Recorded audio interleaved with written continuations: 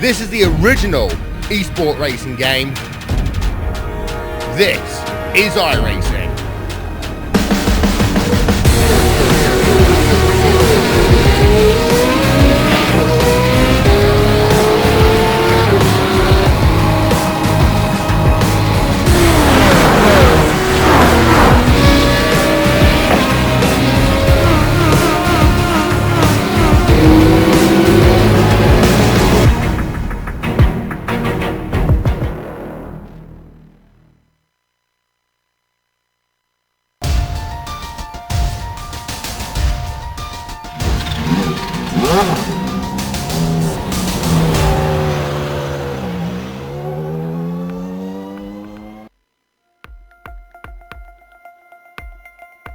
Moises Caraballo has taken 2 poles and 2 wins, but it wasn't until round 3 that he managed a lights to flag victory.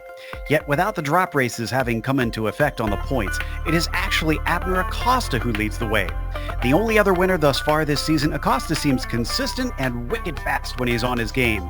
Keeping the car safe and bringing it home will likely be important here in Canada as we get ready to watch round 4 of the PRL GTE Sporstcar Series, and you'll see it all live here on Global Sim Racing Channel and the iRacing Esports Network. Hi, I'm Joe Peak, and with me in the booth is Nick Schmeg. Behind the scenes is our director, Sean Crackers Ambrose, and he's using cameras provided by Dougie Beer. Nick, the official name is Canadian Tire Motorsports Park, but for race fans the world over, I think many of us see this place as simply Motorsport. Yeah, absolutely. That would be correct, Joe. But the fans call this place a few other things besides Motorsport as well. Daunting, demanding, and sometimes they'll even call it destructive just by its nature. This was built in the 1950s, and after a boom in the 1960s, included being added to the Formula One calendar, it began to transition from having an open-wheeled reputation to what motorsports fans know it most famous for today, sports cars. These cars over these vast hills are going to be the most noticeable challenge for the drivers tonight, paired with the limited visibility combined with the high speeds. Clayton and Quebec corners are just pretty terrifying from a driver's perspective, and if not done correctly, they can be brutal with results. The tight Moss corner double apex going uphill is tricky but vital, launching you onto the Mario Andretti straightaway and setting you up for the S's to conclude a 10-turn, 4-kilometer, 2.5-mile loop around Canadian Tire Motorsports Park.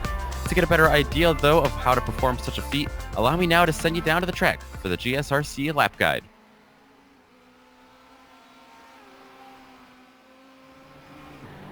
All right, we've got Taylor Burris in the GSRC 4 GT, so let's do a lap around Motorsport. Down into turn 1, this is a surprisingly fast downhill right-hander. Very little passing happens into here unless someone makes a big mistake. From out of there, you'll immediately switch back and set up for Clayton. It's a blind entry with a huge drop in elevation, but you've got to trust that your car will stick. Try not to understeer off as you reach the end of it, and before you know it, you're coming up to Quebec. This corner opens up on the exit, which means you can get to the power much sooner than you'd expect. That'll be important considering it'll take you down to the heavy braking zone of Moss. But before you reach that, you've got turn 4, which is another one that will plunge a long ways down. The compression at the bottom of the hill means you can brake surprisingly late. Passes are difficult, but keep your eyes peeled just in case. It's a double apex through Moss, and the second one will be absolutely critical to your lap. That hairpin dumps you onto the Andretti straight, which is the longest acceleration zone of the track. While the GTE cars don't give off that big of a slipstream, because this is an uphill climb, being able to carry momentum off the previous corner will make a huge difference. At the end of this is the S's, which begins with a swift, long right-hand sweeper. Grip can sometimes be found on the outside, which offers a chance to make a sneak attack into turn 9 when it switches back. Finally, there's White's corner, where you want to avoid taking too much curb because it's significantly tall. From there, if you've kept it all together, you've now finished a lap around Motorsport.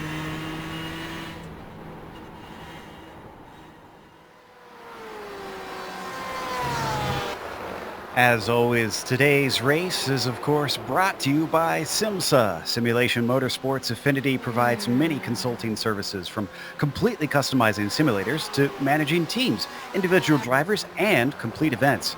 They're working hard to bring organizations, companies, manufacturers, teams, and drivers together at one place to support and promote sim racing internationally. They're also bridging virtual and real motorsports by providing a network between these two, involving sim racers, real drivers, teams, managers, engineers, and of course, motorsports fan alike. You can find out more about how you can get involved at simsa.net. Today's broadcast is also proudly sponsored by Butt Kicker. Butt Kicker products create an incredible immersion and realism to every game.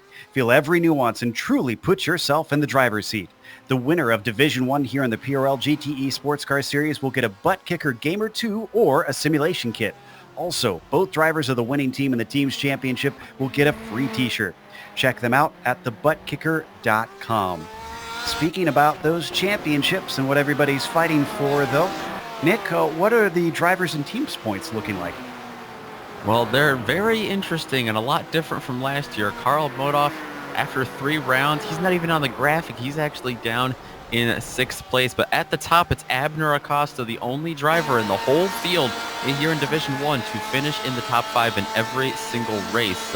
Only 3 races, too. That just shows you just how competitive this series is now. Michael Diaz going to be in 2nd place with 2 top 5s right behind him. 13 points back. He jumps up 2 spots. Zach Hefner, he is there in 3rd still, jumping up 6 spots. Moises Caraballo, going for 3 wins in a row now after the DNF in round 1 at Monza. So he has got some catching up to do still, but if he can keep the pace, he's going to be in good shape. Christian Eisler there from Team Bushfink rounding out the top 5. We do also have a team's championship, though, and honestly, that is not as close when it comes to the front, but it is close when it comes to second on back with SRT mixing it up still. Oh, they're only in the top 5 once, though. They're in 2nd behind Obsidian Racing, the Racing Sim Tools team. They're in 3rd with Team Bushfink Copper and Rincon V Racer rounding out the top 5. Thanks for that update, Nick. And, well, we might have viewers who haven't seen the PRL GTE series before, so let's give you a quick rundown of how this race itself will actually play out.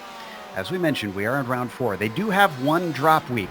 Remember, I mentioned that in the points, and that could shuffle things around once they start taking that into account, because Caraballo definitely has that first race that he wants to forget.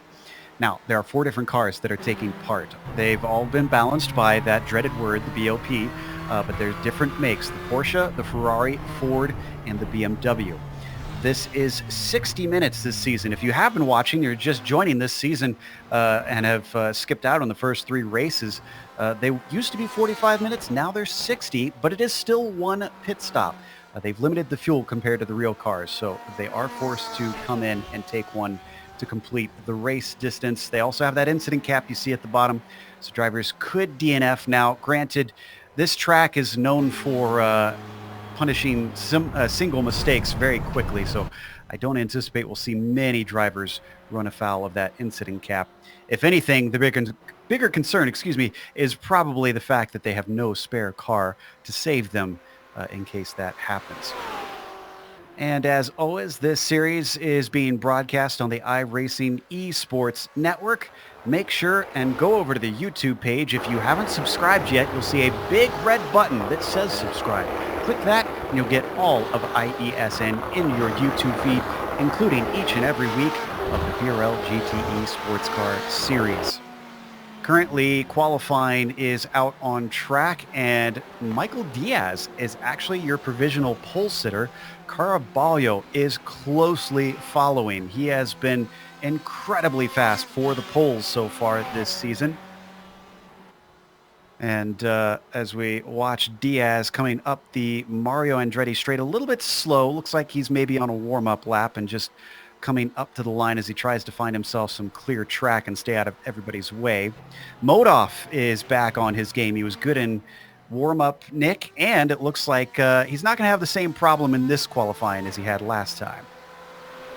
Yeah, I don't think so. It looks pretty good right now, and this track, as we take a look at him now, I mean, this track, the consequences are really quick to bite you if you just take a wheel off track a lot of times. And the 1X, of course, will bite you here in qualifying and disallow your time. Karl Modoff here trying to keep that from happening. But yeah, he's already put up a 3rd place result so far in qualifying. So even with some late entries here in the last 5 minutes, it looks like he's going to have a fairly good starting spot on the grid. Also, if for those who did just join in this season, who have watched previously, they've actually split the competition. This is considered Division 1 now, even though we've got, I believe, 31 cars currently out there who are looking to take part. They have two separate divisions that are racing, and Karl Modoff now moves into the pole, displacing two drivers to jump up to the top spot by almost 2/10. Wow. He's definitely looking like last season's Karl Modoff a lot more after a lap like that. I was wondering if he's going to go all winless this season, or if the problems are just going to continue to pile up, but it looks like he's definitely looking to get back to victory lane with that kind of speed. Watching a driver who should be a little higher up in the qualifying, but isn't very right now. He's down in 17th, Sean Macbeth. His fastest at a 1:13.6. That last lap, I believe, was a warm-up lap, so now he should be on a flyer. As we look at Pete Mobrotten as well, working his way around. He's in 11th. Switching over to Macbeth and watching from on top of his hood as he works his way around Moss Hairpin. That's Corey Clark trying to stay out of his way, but not doing so quite successfully, unfortunately. So that could slow up the number 252. Sean Macbeth is another driver, just like Karl Modoff, who has not had the results this season in the first quarter of the season that he would like to. In fact, he hasn't even found the top 5 yet. Best finish was 6th back in round 2. And he also had a 9th and a 10th place. So consistently in the top 10. He'd like to make that a top 5 run, though.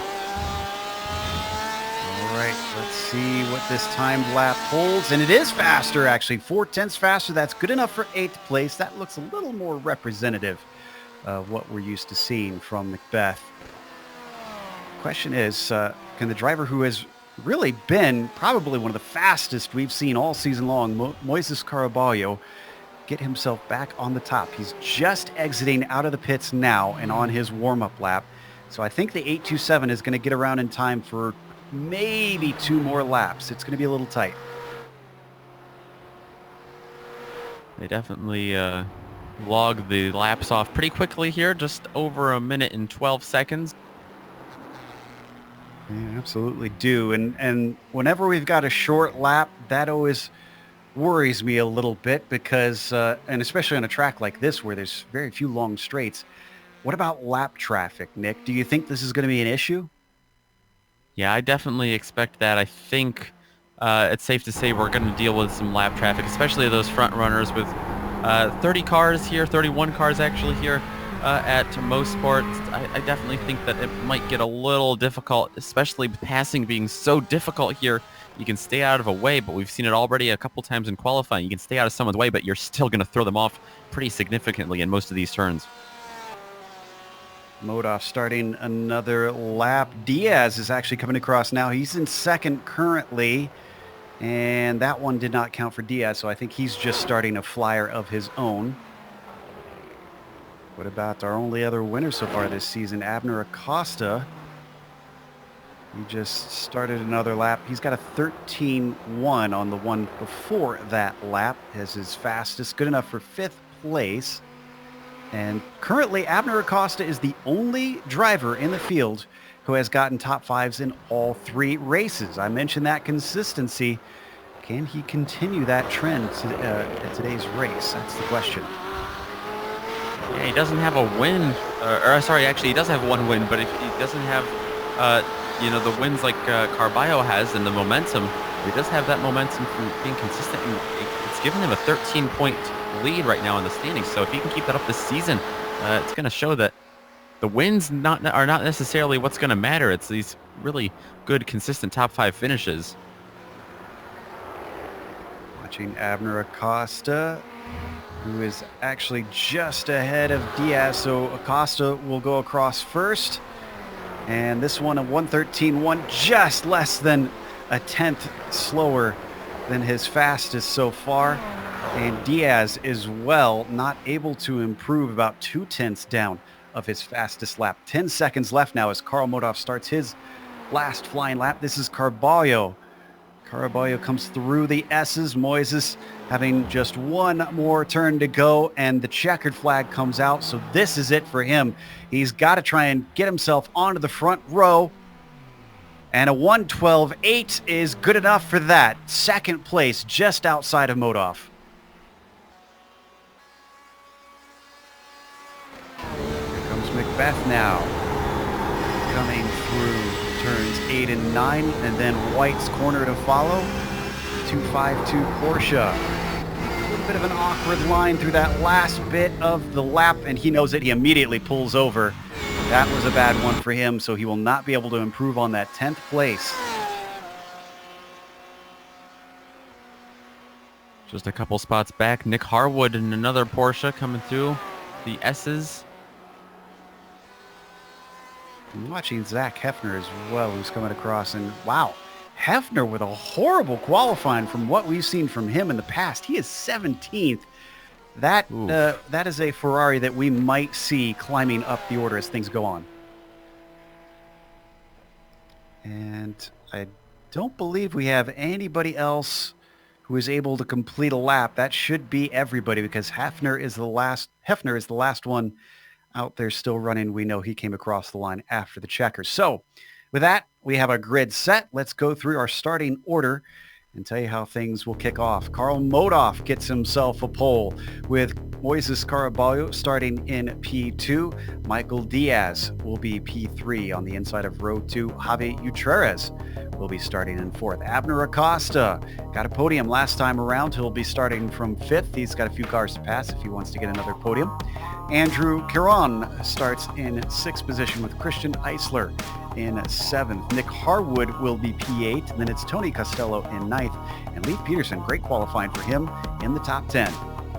Sean Macbeth is going to miss out on the top 10 by 4/1000ths of a second. He's going to be rolling off in P11, being flanked on the outside by Fernando Borda in the 7 car. William Laster is going to be starting 13th, and Josh Daniels alongside of him in the 07 going to be 14th. Pete Mobrotten will round out your top 15 on row 8 with Cristobal Valenzuela alongside.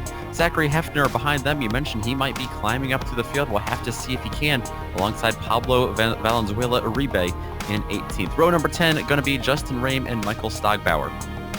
21st goes to Sebastian Maciera with Jeffrey Arroyan in 22nd. Rodrigo Munoz will be P23. On the outside of him will be Cody Bauman.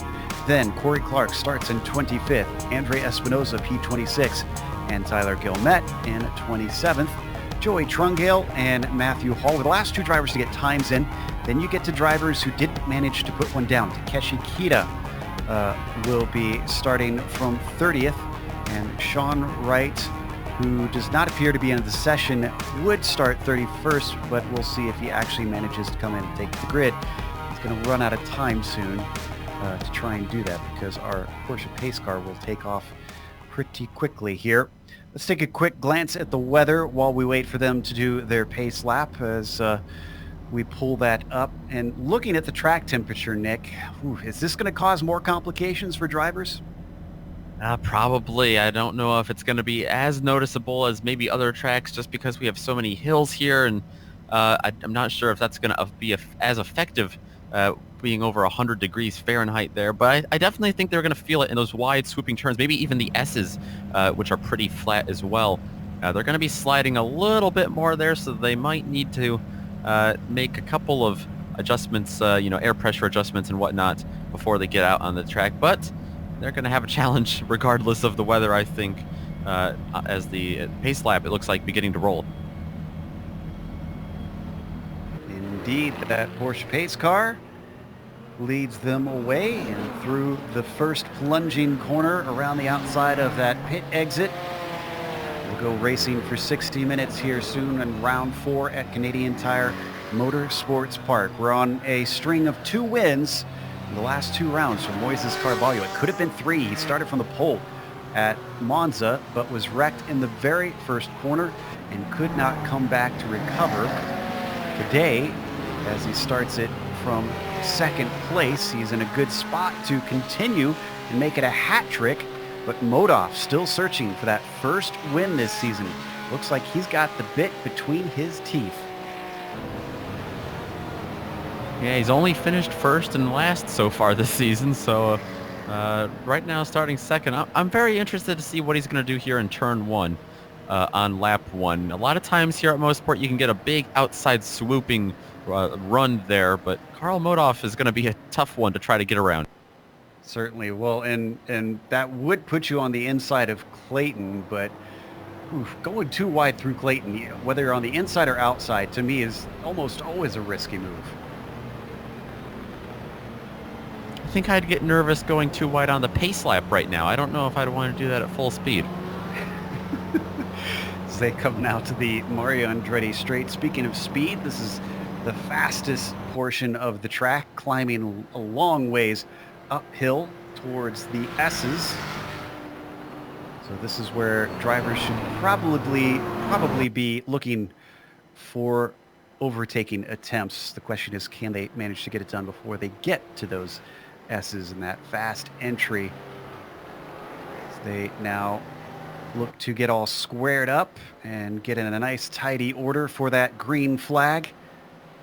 Just 3 more corners to go. It has been a fascinating season with lots of new blood coming in, challenging very established and some very dominant drivers, and proving that as this series gains in popularity, it tends to make it all the more difficult to win. Green flag is out, and immediately before they even get to the first turn, Modhoff is already ahead of Caraballo, so he doesn't have to worry about that outside run. In fact, most of the cars look like they are getting single file in the first corner.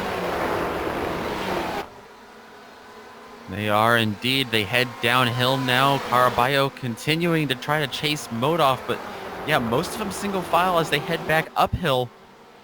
All the way back, it looks like, to 12th place single file. Not seeing anybody having serious problems or spins. One car was off outside of turn 1, managed to bring it back on. It was a BMW, but don't need to go to it. A little bit of a challenge for third place as Javi Utreras was trying to get by Michael Diaz, but that didn't work. And I'm seeing we got an incident with Pablo Uribe. That Ferrari was turned around in Moss for some reason. Wondering what kind of run down the Mario Andretti straightaway here that Caraballo is going to get. He's going to take a peek to the outside, trying to get around Modhoff, but it looks like the 948 is going to be able to shut the door going through the S's for the first time this evening. Lap 1 already being completed, but it's looking like we'll have a good fight on our hands. The Ferrari pressuring Karl Modhoff to see if he can try to get by. As we saw one of the cars try and peek out coming back, and it turned out I didn't quite see who that Porsche was as we go on board with the multicolored car of Karl Modhoff. You're going to look back and you can really see just how much elevation change there is here. You can see how close Caraballo gets there too as well. Shows you just how hard passing and overtaking is here. And the last time we saw at least a somewhat valid attempt at an overtake was coming up to the end of this straightaway. So, can Caraballo repeat the feat, or is Modhoff going to be able to cover himself off and keep him back? We ride on board looking through the windscreen of Moises. The number 827 starts to gain in the slipstream. I'm not sure that he's going to be quite close enough, although he will gain plenty of time, and indeed, he backs out of it by the time they get off the throttle. It is a little bit of a curvy straightaway there. It's hard to tell sometimes if a move like that to go sharply to the right is, just flowing with the nature of the track, or if it is defensive. But it looks like, regardless, Karl Modhoff going to be able to keep that position. A little bit farther back, got a lot of pressure being applied to Christian Eisler from Nick Harwood. Though now as we go back to that, he's backing off. Oh, and we've had an incident behind them. Zach Hefner, bad day just got worse. He was attempting one of the many overtakes we expected from him on board into turn 1, and it went bad for both of them in a big way. He had already climbed 4 spots as well. He was up to 13th, looking for 12th. Got just into about, Borda.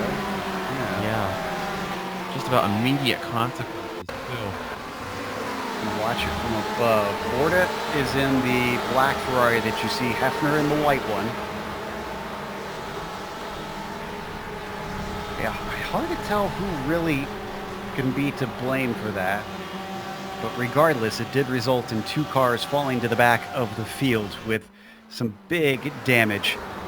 We return to the front of the fields, and Modov has responded. Caraballo is now nearly a second behind. Yeah, fantastic lap there for Karl Modov. He's definitely looking like the form we saw him last season. Caraballo might need to take a look at his rearview mirror now instead, because Michael Diaz, however, has not fallen off. He's right there with him still. He's used to this view because Diaz hounded him all the way to the finish in the Nürburgring in Germany. And both cars finished where they started, which was first and second. Now, Diaz started this one in third, and Caraballo started this one in second. So will they repeat that, or will one of them be able to change their spot? Hopefully somewhere upwards for them. Oh, we have a lot. Oh, sorry, I thought we could jump back, but no, we got some action here happening because Diaz is looking to try and move his position upwards on Caraballo.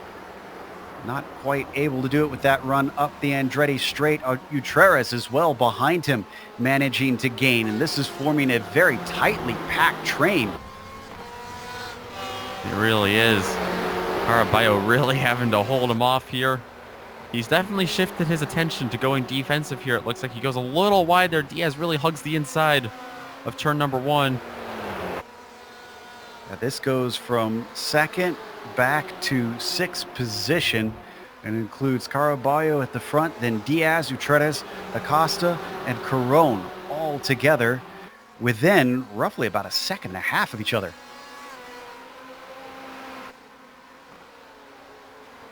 Breaking down hard in the compression for Moss Hairpin, squaring off the second half of the corner. And it's a decent run by Moises to keep himself safe, but the same cannot be said for Utreras, who suddenly has Abner Acosta gaining very quickly. This is their best opportunity to try to overtake. Looks like Diaz taking a peek to Caraballo, getting very tight. Wow, almost looked like Moises gave that one up. He left the inside open, but then covers off Utreras, who suddenly gets the door shut on him. Javi tries to launch himself off of Whites, and it's just not a long enough straight down into the quick first corner, so he backs out of it. Caraballo still not looking too comfortable right now in that car. Looks like with a little mistake, Javi definitely going to be able to eat that lead up, it looks like. I tell you what, Modov is loving this too. He's extended that gap now up to 1.8 seconds because of the battling between Diaz and Moises. Whoa, and that was a big bobble from Caraballo. He somehow collects that Ferrari, but it is still squirming under power as he seems to have lit up the rears. Utreras now gets a run on him. Looks to the inside very early on the Mario Andretti straight. I think as long as he can send it in deep into this right-hander, he might have this one. And once again, we're seeing Caraballo give it up early. 2 positions gone in that one corner. He doesn't look to be wanting to race side by side this early, maybe. He's got Andrew Karen right behind him, who almost got him as well. This is very unlike Caraballo. Now we've got 2 cars in the pit lane seeming to have taken a tow. Hall was one of those, and I think Trungale as well. I'm checking to see what happened. I think it's 2 separate incidents. I believe it is as well. Joey Trungale, it looks like, I'm sorry, that was actually Matthew Hall who went off first. And then Trungale followed him. This is down in the same Clayton. corner at the same time. Yeah. Meanwhile, on screen, look at this action going on between Corona and Caraballo. So there's got to be damage or something on Moises. This is very, very unusual for him. He's got Andrew challenging him, and they've slowed up enough that Eisler and Harwood has joined the fray. don't think it has anything to do with fuel saving this early. Yeah, that seems pretty aggressive if it is. I can't imagine. I wouldn't think that that's really an issue at this track or a strategy that would work out well enough, especially since he's fallen back nearly 5 seconds from the leader. And we're not even 10 minutes in. Quite possibly just doesn't feel comfortable running alongside other cars here and wants to take it easy, at least in the first 10 minutes. Back in 10th place, we've got more cars getting lined up. They're being led by Pete Mobrotten and William Laster, Josh Daniels, and Michael Stogbauer are all following.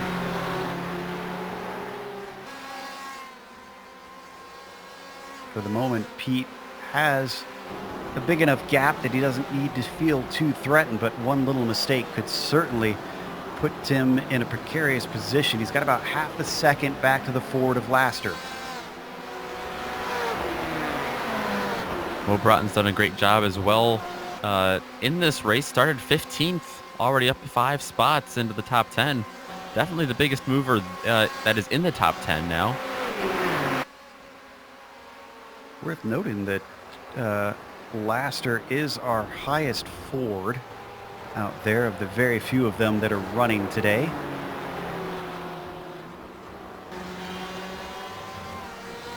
Looks like we've only got 2 cars. The other one is Tyler Gilmet. This is looking a lot more like the Modoff of seasons past, as he has pulled the gap out now to over 2 seconds over Michael Diaz. Actually kind of curious, I wonder if we could pull up lap comparisons between Modoff and Diaz, because now that Michael's been in clear air, we should have an idea of if he's fast enough to try and run him down. Now, the gap is saying that he isn't, but let's see what this gives us. Diaz was a tenth faster on lap 7. Remember, some of that he could have been still behind Caraballo.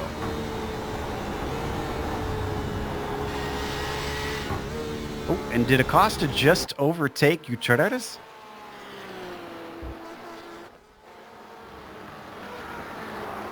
Let's take a look at how this happened. This kind of snuck up on us. On the backstretch, it looks like on the Mario Andretti straightaway. Great slipstream move. Okay, Acosta, 2 podiums so far this season, a first and a third. And then in Watkins Glen, he barely missed out on a podium, finishing 4th. In fact, he chased Modoff all the way to the line for that one.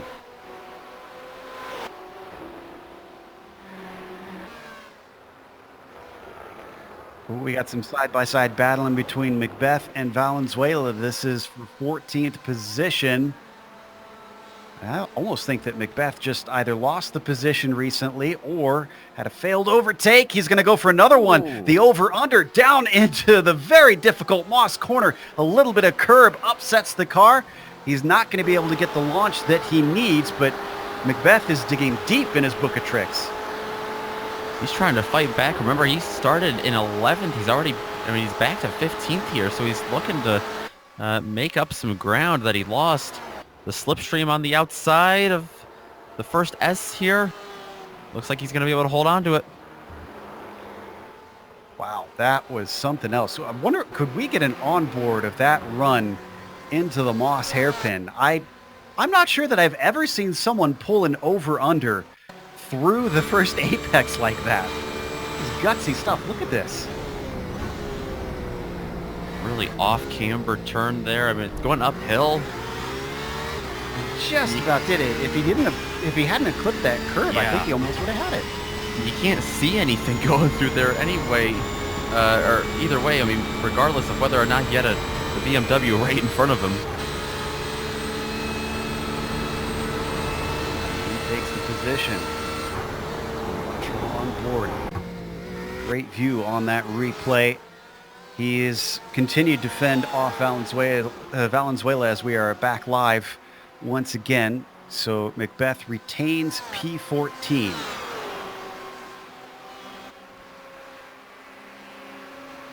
Set up to Caraballo once again. He's still dealing with Caron, who has not been able to overtake him, but he's also losing track of the cars ahead and going a little bit wide out of the final corner. Is going to open the door for Andrew. Down into turn 1, he finishes the job. Still really fascinating because it looks like Caraballo might be fighting back on the outside here of Clayton. That is some risky stuff there. He's going to try an over-under here as they head into Quebec, but I don't think he's going to get it. He's still going to pull up alongside just a little bit, just enough to show himself in the mirrors. Slow car or not, Moises has retained his fighting spirit, that's for sure. He stays glued to the rear of Andrew's number 27. It doesn't give him an opportunity. He does poke his nose through the inside of Moss Corner, and that curb once again. Oh my goodness. That car is a handful. Look at how big now the gap is. I mean, he is really struggling with that car because the entire Andretti straightaway now is just ruined for Caraballo. I am just baffled as to what is going on. We have the temperatures have lowered somewhat. It is down to 101 degrees, and he's coming in early. I think this is about as early as you can get in. Oh, and he toes. Caraballo not happy with the performance. He's disconnected. He's done. So he's not only used up his drop week, he's now also going to have a very poor score for today as we hop up to second place. Michael Diaz, who has continued to fall off of Karl Modoff 3 seconds.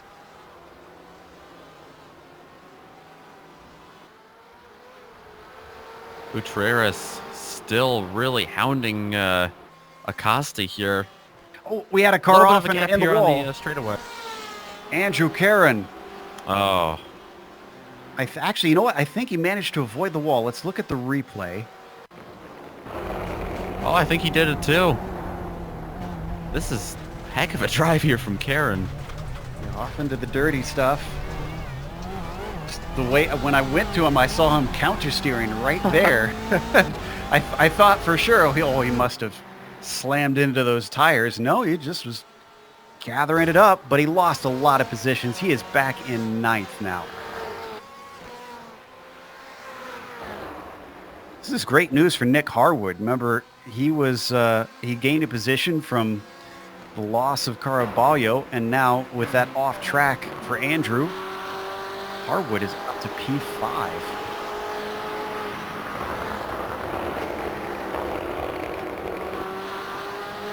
The ride on board with Pete Mobrotten.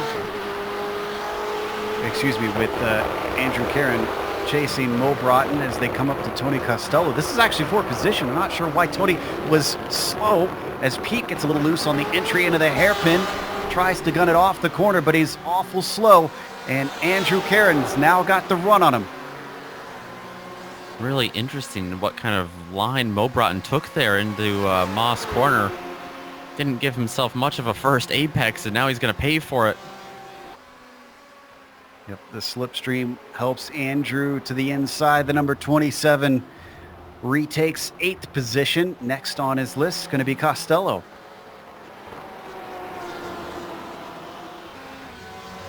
Laps ticking away very quickly here with just a minute and a quarter to try and circulate around each time. And with us past 15 minutes into this race, these drivers will be looking at probably close to 50 laps or so. Meanwhile, battle for 16th. Sebastian Maciera leading Arroyon, Espinoza following in the train, and then Corey Clark in there in 19th.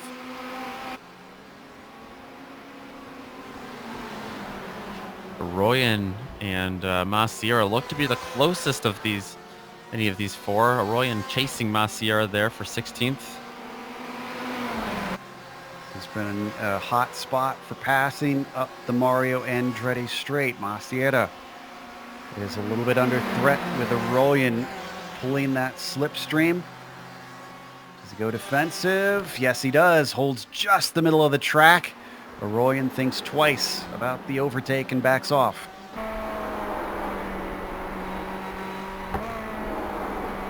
On board with Seb now, looking back at the Ferrari of Jeffrey.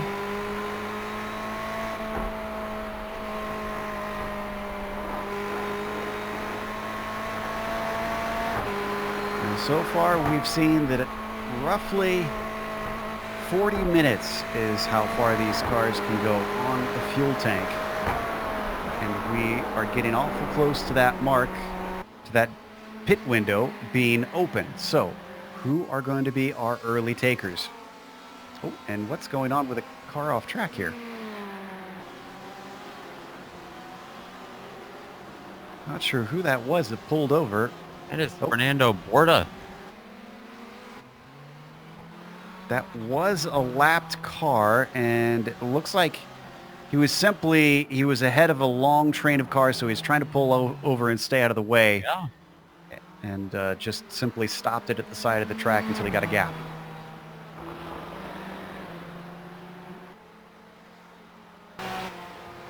So Uterres, I don't know why I'm struggling with that name. Javi is ahead of Acosta right now in third place, but Abner is certainly pressurizing him, looking to get himself yet another podium, go 3 for 4 this season.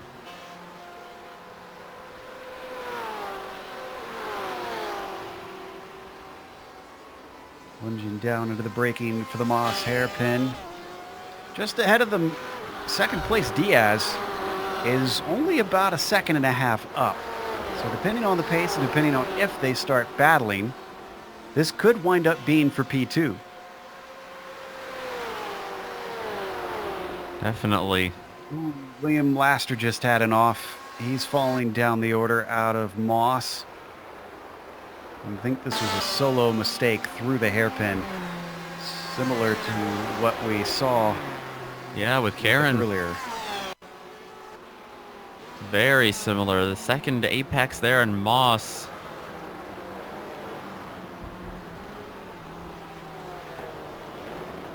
Off into the gravel, sees it coming, gets the car slowed up, returns to the track, dragging a bunch of gunk onto the circuit.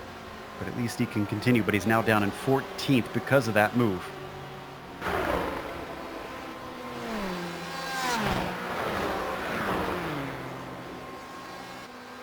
Let's jump back up to that battle for P3 that we just ducked away from.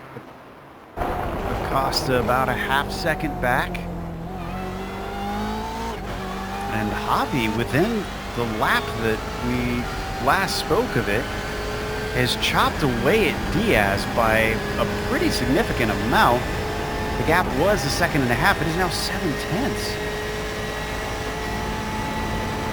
We were looking at Diaz and Modoff, and we saw that Modoff was a bit faster, so Contreras looking like he was definitely pretty consistently challenging Acosta, and then once he got around him, now we're seeing him really start to chase down Diaz.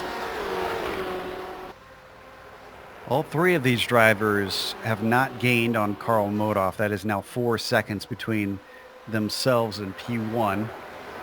They swing it through Clayton.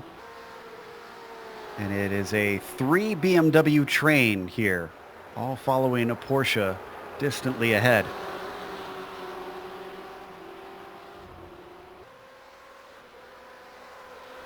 Still not seeing any takers for scheduled pit stops.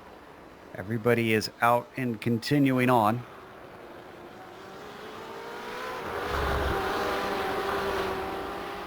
Wow.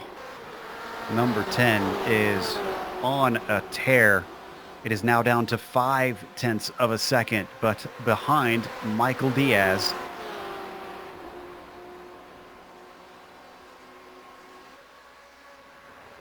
And I'm starting to think that Diaz is going to get a little bit sick of being in this position, though. Last 2 races, he finished in 2nd place. Well, if he can be consistent enough, Modov is back in 6th in the points, so I think Diaz might find... I don't think he's going to want to be here every single race, but I think right now he's pretty happy with it. I'm not sure if it's going to last for long, though, because that gap is really starting to close back to Javi and Abner, actually. 3/10 of a second now between... Yeah, they're starting to bunch up.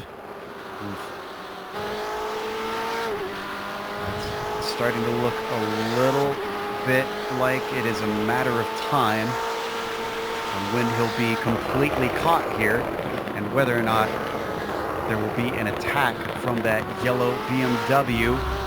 Tries to get himself the good run off the corner, and I think he's a little closer than what we've seen on previous laps. Is his slipstream going to be enough? When he's starting to weave to try and break it, Diaz feeling a little bit threatened here. I think he's going to hold on to it this lap. He's got to put together 10 more turns, and we'll see about that again. Unless Javi can get him some other place in the track, that would be bold, depending on where it is. No look down into turn number 1. I mean, it might be worth pulling a surprise attack. Do it where he's not expecting it, and then he won't be defending. They come through Clayton. Look how close he's getting now. Man, this Bimmer is very strong. That was Joey Trungell that we saw off track. Don't need to go to that. Not exactly sure what happened to him, but he's halted on the outside of Clayton. Diaz now plunging down towards the Moss hairpin. Utrera could maybe attempt to pass. He does not. He's going to wait to set it up off of here. Oh, look at the car squirm under power.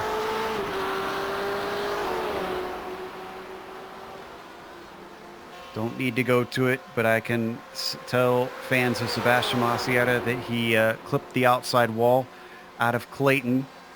But we want to keep an eye here to see if the pass is made. And no, it's not, at least not into turn 8.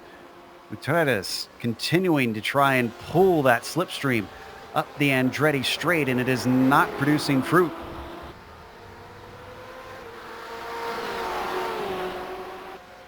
I wonder how content he is there riding in that sandwich.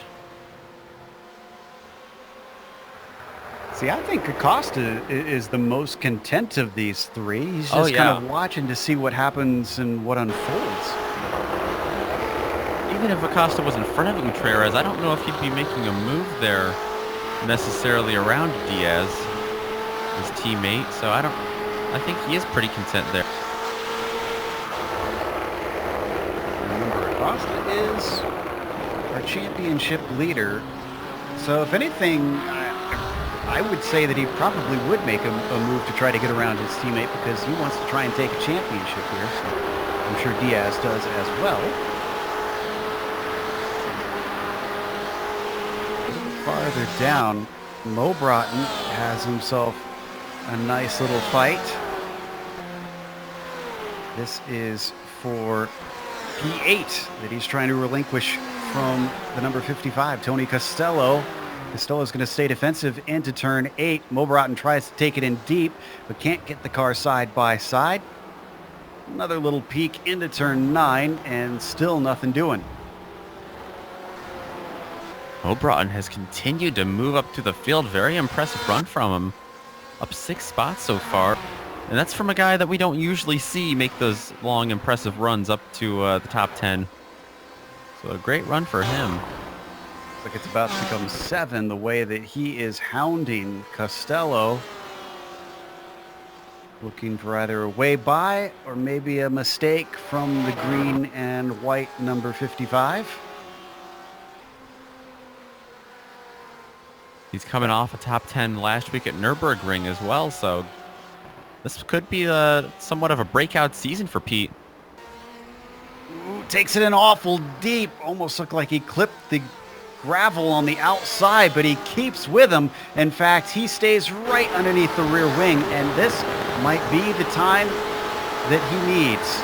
Pete Mo Broughton with the run, using the slipstream. The inside, Tony Costello stays defensive. This time he is side by side, looking to hold on. There's not much grip, but it swings back in his favor as they come to the inside, and he gets chopped off at the nose. Tony Costello is not willing to give up yet. Really close chase there from Mo Broughton. He's I tell you what, he's having to take it as much as he has given it, because Tony was pretty fierce in his defense there. I certainly wouldn't have been brave enough to try and chop him off coming into that left-hander. And he felt like he was clear enough. They keep fighting. They do have Sean Macbeth coming in a hurry behind them. A little bit of a battle behind Macbeth I've kept an eye on as well. Stogbeyer chasing Daniels. Oh, and that was Caron off track again and into the wall this time. Yeah, this time not as lucky. It looks like he did find the tire barrier. I don't think it was a very vicious hit. No, an embarrassing slide down into the tires. And if he did get any damage, I think it's maybe just cosmetic. But this slots him down to 15th. What could have been potentially a top 5 for Andrew has really slipped through his fingers.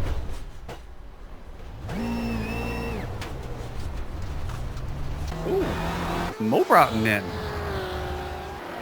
And this looks scheduled.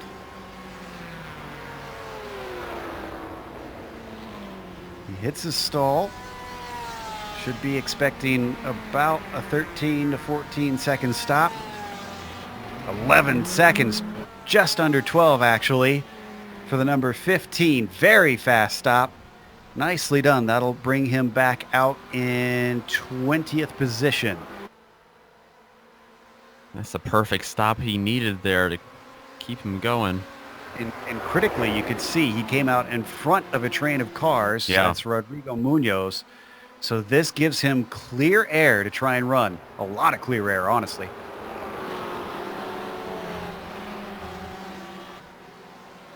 Let's jump back to that battle for P2. Avi is just making life hell for Michael Diaz. Continues to just fill up his rear view mirrors.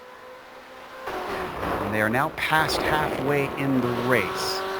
At this point, if you're put yourself in the cockpit of the number 10, Nick, do you take the strategy that we saw from Mo Broughton, pit early, because it seems like you're struggling to get around the car ahead, or do you stick with the plan and try to pressure a mistake out of Diaz? Well, you'd like to go the strategic route, I think, and maybe hop him with a pit stop, but man, I don't know. It looks like Javi's having too much fun out there to come into the pits right now. I think he might have to try the undercut, but looks like he's become more content. I've seen less looks to the inside in a couple turns. All right, what has he got this time? Yep, he lifts a little early on their way into turn 8. So I think your assessment might be right there. Maybe he's just kind of thinking, I'm not doing too much harm. I'm not going to run down Modoff at this point. Let's just sit here and let the race come to me. Yeah, I think he knows as well that if he wanted to be aggressive, just like he was with Acosta, I think that assuming he can keep Michael Diaz here at length, I think he can get him if he decides to be aggressive enough in the later stages of this race, whether he jumps him in the pits or not. Oof, you want to see a good save. If we get a replay on Leif Peterson coming through turns 8 and 9, he may have lost a position from this moment that he just had. We got the replay here.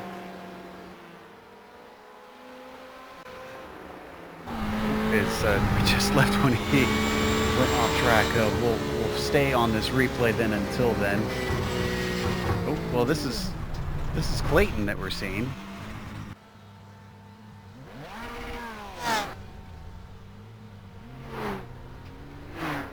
Well, this is a completely separate incident from what I saw just minutes after the one that I saw. We don't need to go back to the one that I was looking for because this is much more dramatic.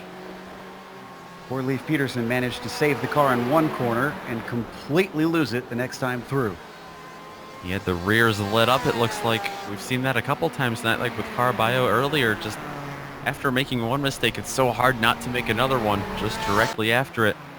I mean, it is still 100 degrees Fahrenheit out on the track surface, so I wonder if preserving your rears is something drivers need to worry about, as we've got another taker for a scheduled stop.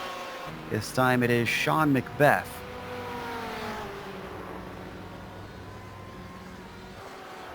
Now he was, actually wasn't he, he was coming up to the back of Mo Broughton, who was dealing with traffic himself. He was just overtaking the damaged Peterson. Macbeth is out of his stall. Where is... Oh, Mo Broughton is behind him. He jumped him. So, Sean Macbeth, pitting at the right time, gives himself a little bit of clear air and at least one position overtaken with that pit stop.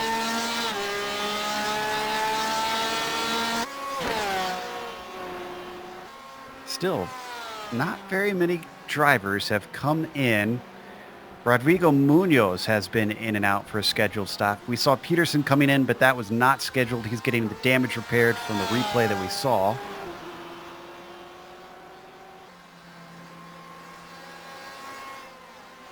And interestingly, even though Macbeth is ahead, he was slightly slower in his stall, but just by a hair. Apparently not enough that it mattered. Valenzuela comes in. Dominoes are starting to fall here, Nick. I see Clark, Espinoza. Yeah. Looks like these pit stops have triggered most everyone else to do that. All of the front runners is staying out for now, but we'll keep an eye on them. Yeah, it doesn't look like anybody feels under threat by the strategy calls up at the front of the field. Espinoza back out. Same thing with Valenzuela. Returning to second place, which has been the most entertaining thus far. At least for a while it was. It's cooled down now that Uterres has decided to just cruise. Looks like Acosta's having a little bit of trouble staying with him.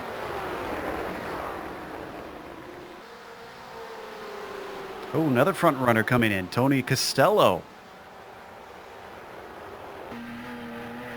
All right, yeah, he was up in the top 10. Had a couple different battles of his own. He hits his stall.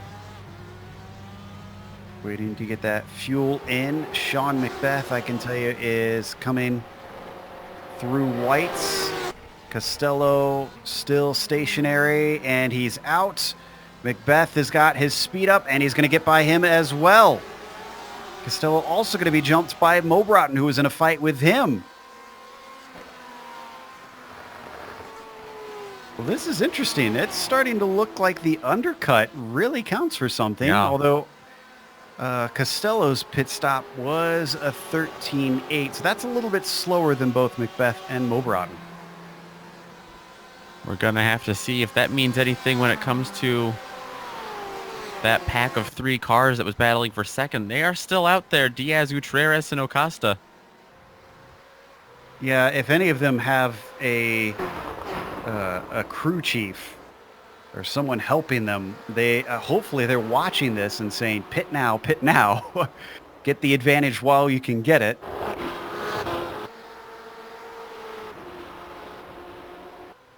Only 22 minutes left to go, so that pit window is now closing pretty soon. We should see a few more drivers coming in. This is the driver that's leading everybody, Karl Modoff, looking to get that first win of the season, a 2-time champion, coming back after a few bad qualifying days. Watkins Glen was the only one that he did decently so far before here today, where he put it on pole. And honestly, Karl Modoff has not looked all that bothered by anybody.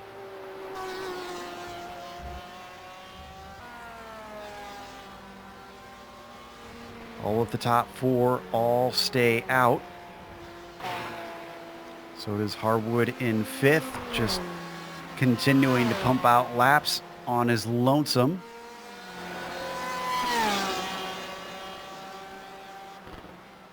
Doesn't look like anyone that hasn't pit yet is going to come in on this lap. Now, remember we saw Zach Hefner with an issue early in the race, and I thought he'd have lots of damage. Well, I don't see him as having come in to take a pit yet.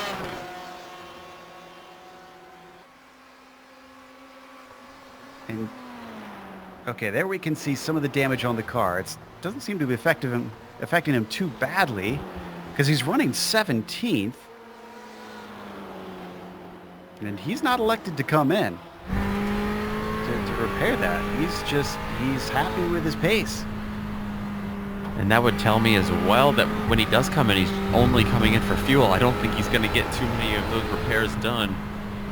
Trying to salvage as much track position as possible for points. Well, you can see out the windscreen, there's nobody in front of him. So maybe he's happy just having a whole lot of track to himself to focus on what he's doing and not really worry about trying to overtake anyone. So as long as he's got that clear air, I kind of don't blame him. Stogbauer is in, so is Laster. Ooh, a lot of drivers coming in. Karen joins them.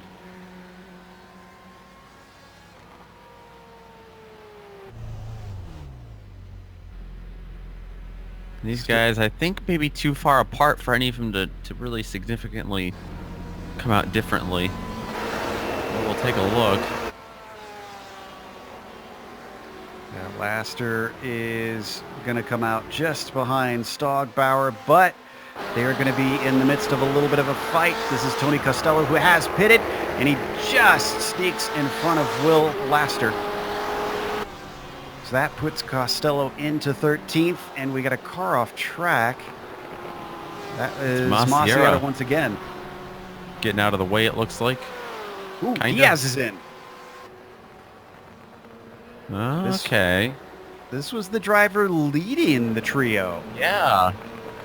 He may have been anticipating a move that he expected Utreras to do. Well, he's taken that option away from Javi. But Javi is now in clear air himself. The number 10 could maybe outrun him on pace. We haven't really been seeing anybody take tires, but it will cool your tires down, I would assume. Look at the gap Javi's already put between himself and Abner Acosta. I think he's definitely seen this as an opportunity to kind of unleash that car of his. Question is, will he respond right away? Does he even have any fuel to go much farther?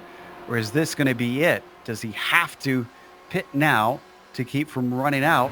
We'll find out in about 2 corners time. Turn 9. This is the pit entry here. And he's in. But Acosta is not. Yeah. So that's going to be interesting to see what he can do now. And our leader is in. Carl Modoff pits. So he went until it was dry. Nick Harwood also comes in behind them. Where is Diaz? Diaz coming around through the S's currently. Utreras still in his box. Now he's rolling. Great stop for Utreras. 11 seconds. Where's Diaz? Diaz is coming, but I'm not sure if he's got the steam. Wow. Look at 1 lap difference. Unbelievable. That's a huge gap between them. I'm almost wondering if Acosta is going to be anywhere close to jumping Diaz here. He's so far back. Now, Diaz did have about a second slower stop in his stall from what I'm seeing to Javi. So that could explain some of it. The rest of it, because I mean, that looked like a 2-second swing, just about. So what's the gap between them? Yeah. Yeah, 1.2 about a between second them. about a second in the stop difference and a second in the lane difference. All right, what about Abner Acosta? Last of our leaders to take a stop, and I think Josh Daniels will be the last driver out on track to pit as well. Javier Trez is coming out of the final corner. Acosta is done, but Javi is by, and so is Michael Diaz. So Acosta not looking like a podium. In fact, wow, Acosta really slow in his pit stop. Yeah, it doesn't look like he's going to lose any extra positions, but Nick Harwood not too far behind him. He's actually closer to Nick Harwood than he is up to Diaz. Yeah, he may have been able to hang on to the coattails for the most of the race in that three-car train, but I'm afraid that gravy train has left the station. And Acosta, unless something dramatic happens or some traffic allows him to recatch Diaz, is not going to be able to get onto the podium. Oh, and we got a problem with Michael Stogbauer backwards on the track. I think this was a lone car incident. Certainly gave it all the drivers behind him a big scare. This is Laster, Costello. Woo, look at that. And Caron all taking evasive action. I had to thread the needle in between the tire barrier and Stogbauer, who was sitting sideways. Watch Laster, though, from on board. He's going to get not just his position from Stogbauer, but Costello ahead of him. Oh, my gosh. On the curb. Position. Look at that. Both cars. Great heads up by the Ford driver. That is my move of the race.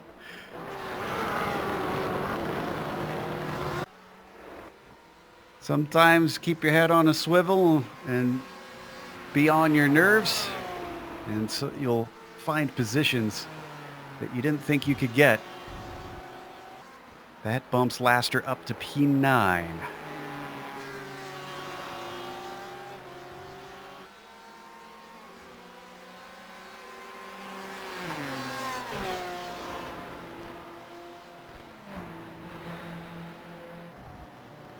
All right, Carl Modoff, you have been just hanging out front. You've gapped everybody to about 7.2 seconds. You've got a quarter of the race left to go. You seem unfazed. Does this seem familiar to you, sir?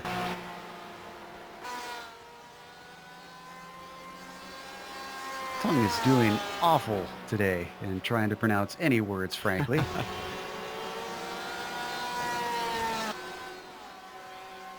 Give us some screen time to the very Technicolor Porsche of the 948, our current reigning champion, finally getting this championship run underway. Last round, without a qualifying time, was put 27th on the grid and wound up 8th when all was said and done. But because of that, and his issues at Monza, that Watkins Glen race remains his sole podium. He's going to add that today here in round 4.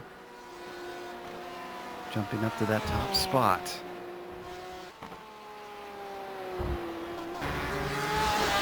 So, Laster did manage to get by Costello, but Tony's got some more company behind him. Here's Andrew Caron. Remember, he's made multiple mistakes. He's trying to make a recovery drive, having qualified P6th. He just wants to get into the top 10.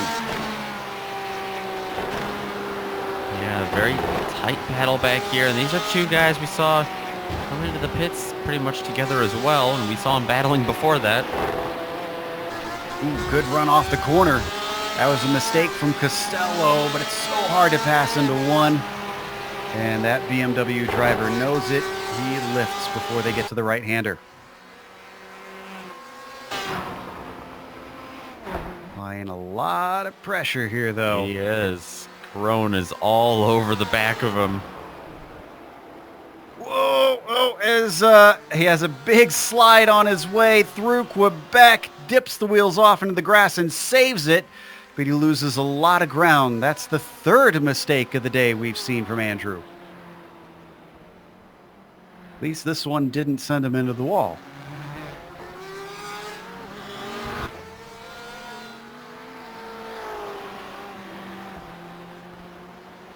A little bit farther down, let's go to Tyler Gilmet in P16. Corey Clark, teammate of our leader, Carl Modoff, trying to contribute to those team points.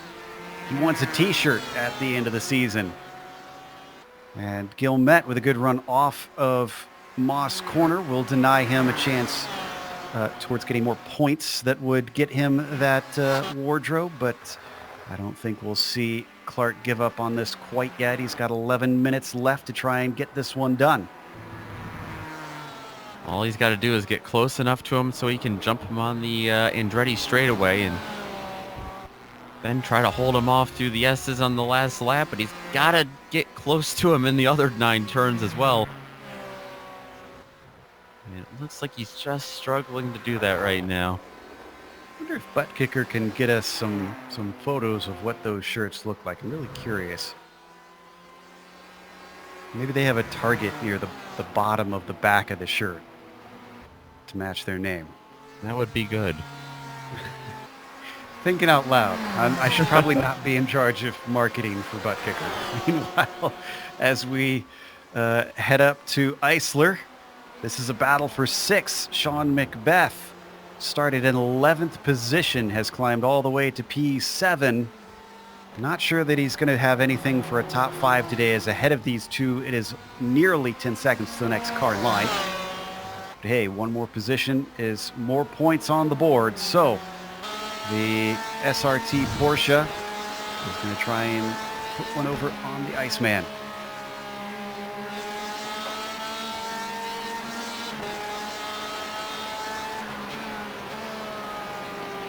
Christian Eisler's had a pretty quiet race today, actually. We haven't talked about him too much. Macbeth, though, has been nicely going up through the field after kind of qualifying a little further down than I'm sure he'd like to. Yeah, I mean, to Macbeth's credit, he's doing exactly what we predicted, which was take his speed in the race and use it to good effect. Eisler, you mentioned not having a very active race. He actually started in 7th, so he's one position up, but we do know that that could have come from Caraballo since he exited from this race. Oh, wow! Where was Macbeth going there? Just suddenly dove the car into the S's, almost like he expected a pass and loaded up in time, but that made me sit up. He's kept with him here, too. He turned 1, he got real close to the back. Up and over the crest of Clayton. A little bit off the apex compared to Eisler, though.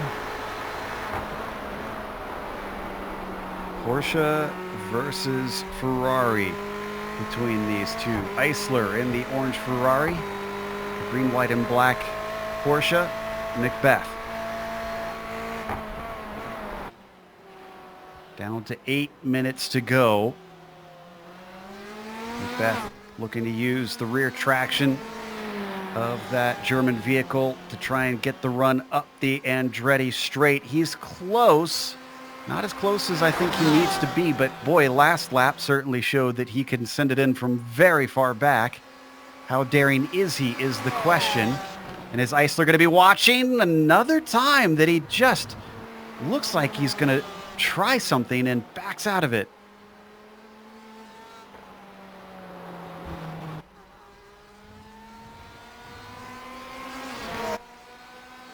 I tell you what, if he is even 2 feet closer next time through, I'm willing to bet that he's actually going to make a legitimate attempt. If there's no contact first, I think so too. Boy, I certainly would be watching my mirrors if I was Eisler. I wouldn't care how far back he is. I'm taking a shallow entry into that corner. Watching from on board Sean's car. over the crest and down through 4 into Moss Hairpin. And we set him up just that little bit better. Oh, he's looking very close this time. I think this is the one. I'm thinking so as well. Well, it's hard to tell. Good run by Eisler, too. He's starting to gain. Eisler's staying to the inside. He knows it.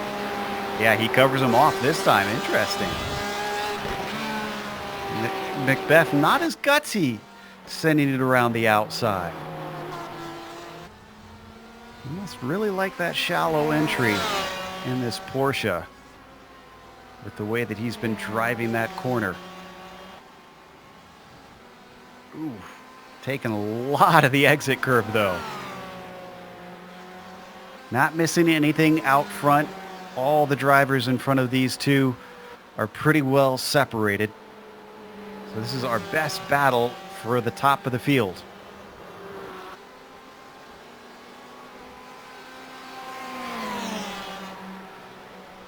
Yeah, it looks like Utreras has pulled away again from Diaz for second place. That gap is up over a second now, so this is the closest battle. And Macbeth gets a good launch again out of Moss. But so does Eisler. That seems where Eisler might be the strongest on the track, and I think crucially that's going to keep him this position. Yeah, I agree. Whatever he's doing it right, because this is the only opportunity that we've seen for Macbeth to try anything, and try as he might, it is just not allowing him the position. Meanwhile, back in 10th place, Tony Costello getting overtaken by Andrew Caron. And right behind him, Jeffrey Arroyan is there as well in this little group. William Laster not too far ahead of these guys. Yeah, Laster was able to keep that gap while Costello was the car in front of the duo. Now, what can he do with Andrew behind him? Is the number 27 faster than the Ford? Not going to have too many laps to prove it.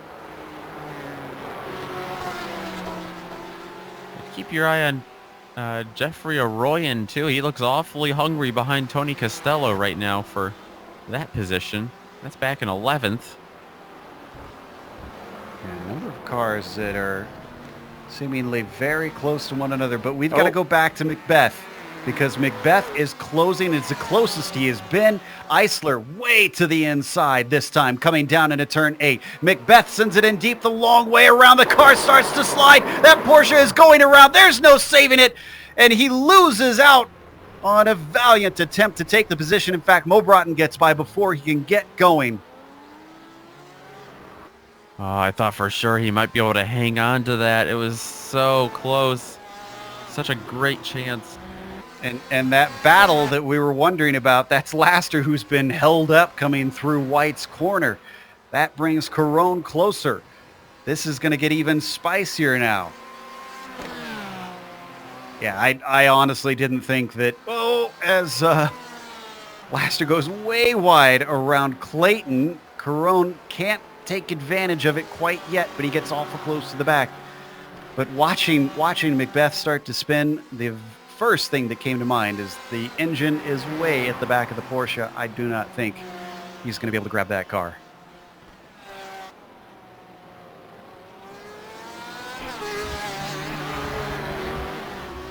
Tell you what, though, credit to him for trying it. At least he gave it a go. Yeah, absolutely. It was a heck of an attempt, and I mean, it wasn't going to happen if he didn't try something too. So he had to give it a go, like you said. 2.5 minutes left on the clock now. Macbeth has recollected himself and is already pulling away from poor Laster, who continues to be under threat from the BMW of Andrew Caron.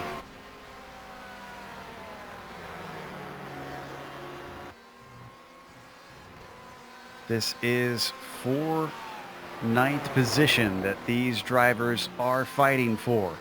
Much better line through Clayton for the Ford this time.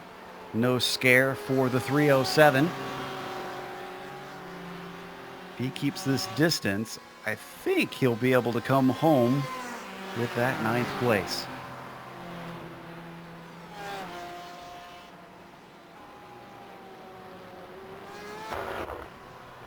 Real quick glance at 4th place, because Nick Harwood is keeping Acosta honest. That's Rodrigo Munoz and Zach Hefner staying out of the way to the outside of the course.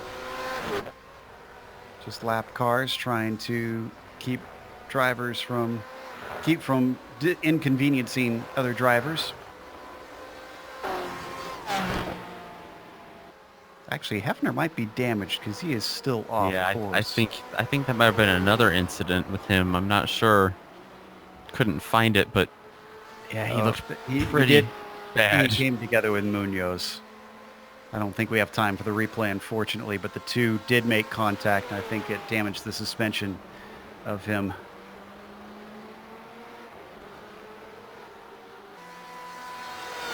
As the purple, green, rainbow, every-colored Porsche of Karl Modoff, space-themed, as my director inserts in my ear. I'll dig that. The 948 takes the white flag, crosses the line with one more lap to go to finally get back to the top spot. So can anybody do anything once Karl Modoff gets his feet underneath him? Is this the start of another dominant season? It's not the biggest gap that we've seen for Modoff compared to previous seasons, but 8 seconds still is a gauntlet thrown down, Nick. Oh yeah, and in 8 seconds in the competition this year, I think he will definitely take that. We've obviously definitely seen bigger gaps from him before, but definitely nowhere close to this year. I haven't seen a win out of him this year. This one is going to feel really good for Karl. You're about to see that win out of him, because up the Mario Andretti straight, he could just about run out of fuel from here and coast it across the line.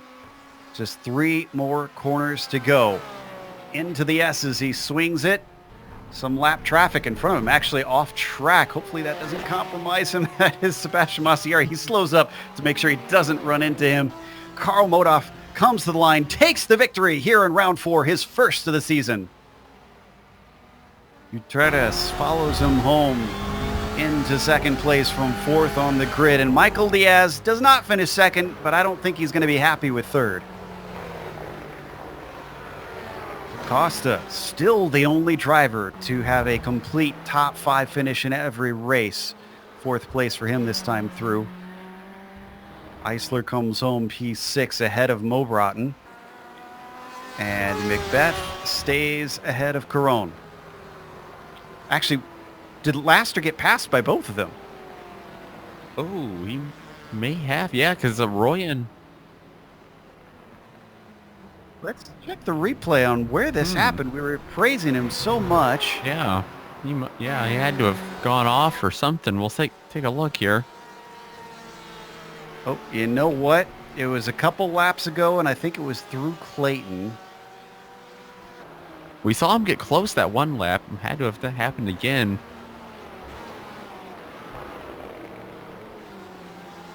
Yeah, it was out of Quebec. Yeah, we just saw it on screen that the car went wide and Caron pounced. So that's going to take us to the end as all the drivers have crossed the line. We're going to come back after a short break with the unofficial results as well as driver interviews. But if you stick around on screen, you can see all the upcoming races here on the GSRC.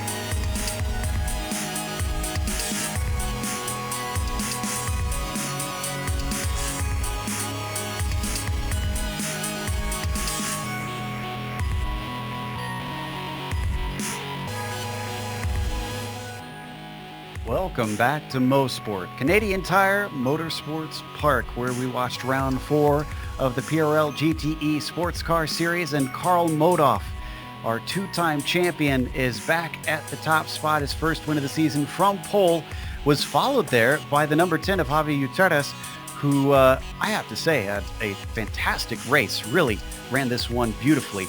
Michael Diaz finished behind him with another podium at third place, but Diaz will have to do a little bit more than that to take the championship.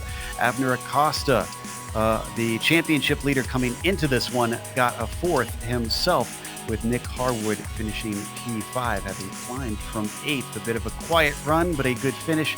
Christian Eisler with a 6th place was ahead of Pete Motrotten in 7th. Sean Macbeth could have had that 6th place that Eisler got in the end, but poor Sean spun the car in a attempt at a pass late in the race. He fell down to 8th position after that. Andrew Caron takes 9th, and William Laster, who I still say had probably the pass of the race, running through the grass and avoiding an accident, taking 3 for 1 really, wound up in the top 10. Right behind him, great climb tonight from Jeffrey Arroyo, saw him off track a couple times as well, but nonetheless, he's going to go from 22nd to 11th on the grid. Tony Costello going to be right behind him. Cristobal Valenzuela in 13th, 14th, and 15th go to Josh Daniels and Corey Clark, with Tyler Gilmet also climbing up from 27th to 16th behind him. Andres Espinoza and Pablo Uribe are the last two cars to finish on the lead lap. Rodrigo Munoz and Cody Bauman will round out the top 20 at one lap down. 21st goes to Michael Stogbauer with Zach Hefner in 22nd. Sebastian Maciera finishes 23rd, 4 laps down, and Joey Trungale as well, that many back in 24th. Then you get to the DNFs for the day. Fernando Borda in 25th, Lee Peterson 26th, Moises Caraballo, another very, very bad finish. He's hot or cold this season, 27th. Matthew Hall 28th, and Justin Rame 29th. Kita and Wright did not starts for this race. We've got our winner ready to talk to us. Karl Modoff joins us in the booth after his first win of the season. Karl, you managed to put it on pole. You started to run away from Modoff this time. And then from there, it looked like it was kind of business as usual for you. Yeah, it was a great race. Really amped about that one. I've been traveling a lot, so I've been busy and, been getting kind of my butt whipped. So it was nice to be able to have a good week of being able to actually practice and then to be able to put it all together. Motorsport's awesome. Super fun to drive, very difficult to pass on. So I figured qualifying would be important, so I focused on that. I was pretty stoked to be able to take the pole. And then once I was able to get a little bit of breathing space after Moses and Michael started battling a little bit, made my life a lot easier. But I was definitely still sweating it the whole time, because one minor mistake here could be your end of your race. Yeah, it certainly seemed like that with a few drivers and the amount that found themselves in the tires. Now, we've noted your paint scheme this season a few times. I think it's incredibly pretty, but tell us a little bit about this team and Molecule East or Molecule Sports that you've got on there. What's with the new pattern? So the new pattern is just something that Corey wanted to do and he came up with, and it looks really awesome on the car. So we decided to go with that. And then Molecule is basically a set of cleaners that are made for fire suit Nomex suits. So, if you race and you have a Nomex suit, it's basically something that you can safely wash your product with without deteriorating your Nomex. A lot of your normal detergents do. So they came on board and paid for my sponsorship for this season, which is really awesome. I appreciate that. So put their branding on the car and kind of goes with the paint scheme. So it looks pretty cool.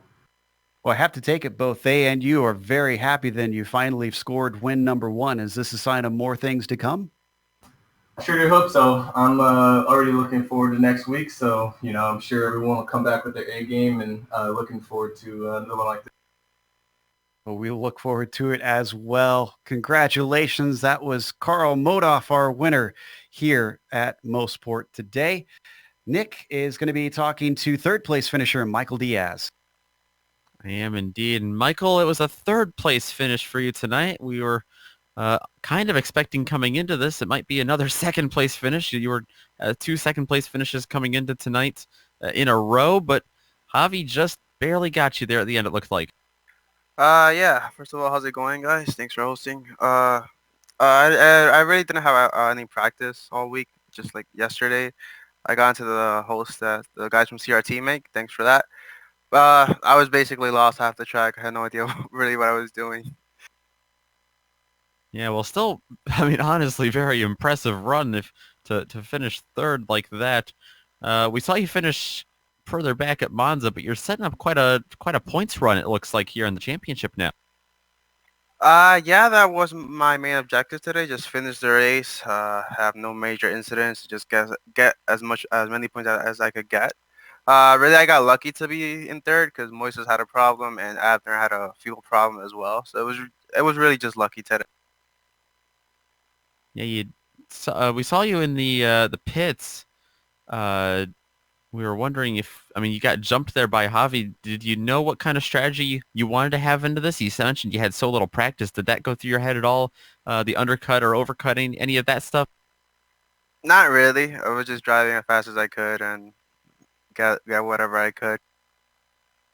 Well, it sounds like you pretty much winged it for the most part tonight, but so it makes your podium all the more impressive. Hopefully we get to talk to you again, heading to a couple cool tracks like Road Atlanta, it looks like next week. Hopefully. Anyways, thanks, guys. That was third place finisher Michael Diaz. Second place, Javi Gutierrez has joined us. Javi, you really had to work for this one. You were caught in that fight, and then the pit stops happened, and it looked like the skies opened. Yeah, it was a really fun race. I mean, unfortunately, I couldn't put a good lap on quali, so I got stuck behind Michael and Moises, and unfortunately, Moises have some issues. But then Abner also started attacking, so I decided just to save some tires and see what happened, and I was able to get some rid of the end and pull some gap from Michael. Did the thought ever occur to you to try an undercut instead and pit early, or were you pretty content to try the move that you made, which was the overcut? Well, I was looking to see how traffic in front, to see was any chances for me to do some other move. But I mean, there was not too much traffic in front. Even I was trying to see if I can do another lap, trying to save some fuel, but it was impossible. So I just trying to do a good pit stop and come back ahead of Michael, and I think that works at the end.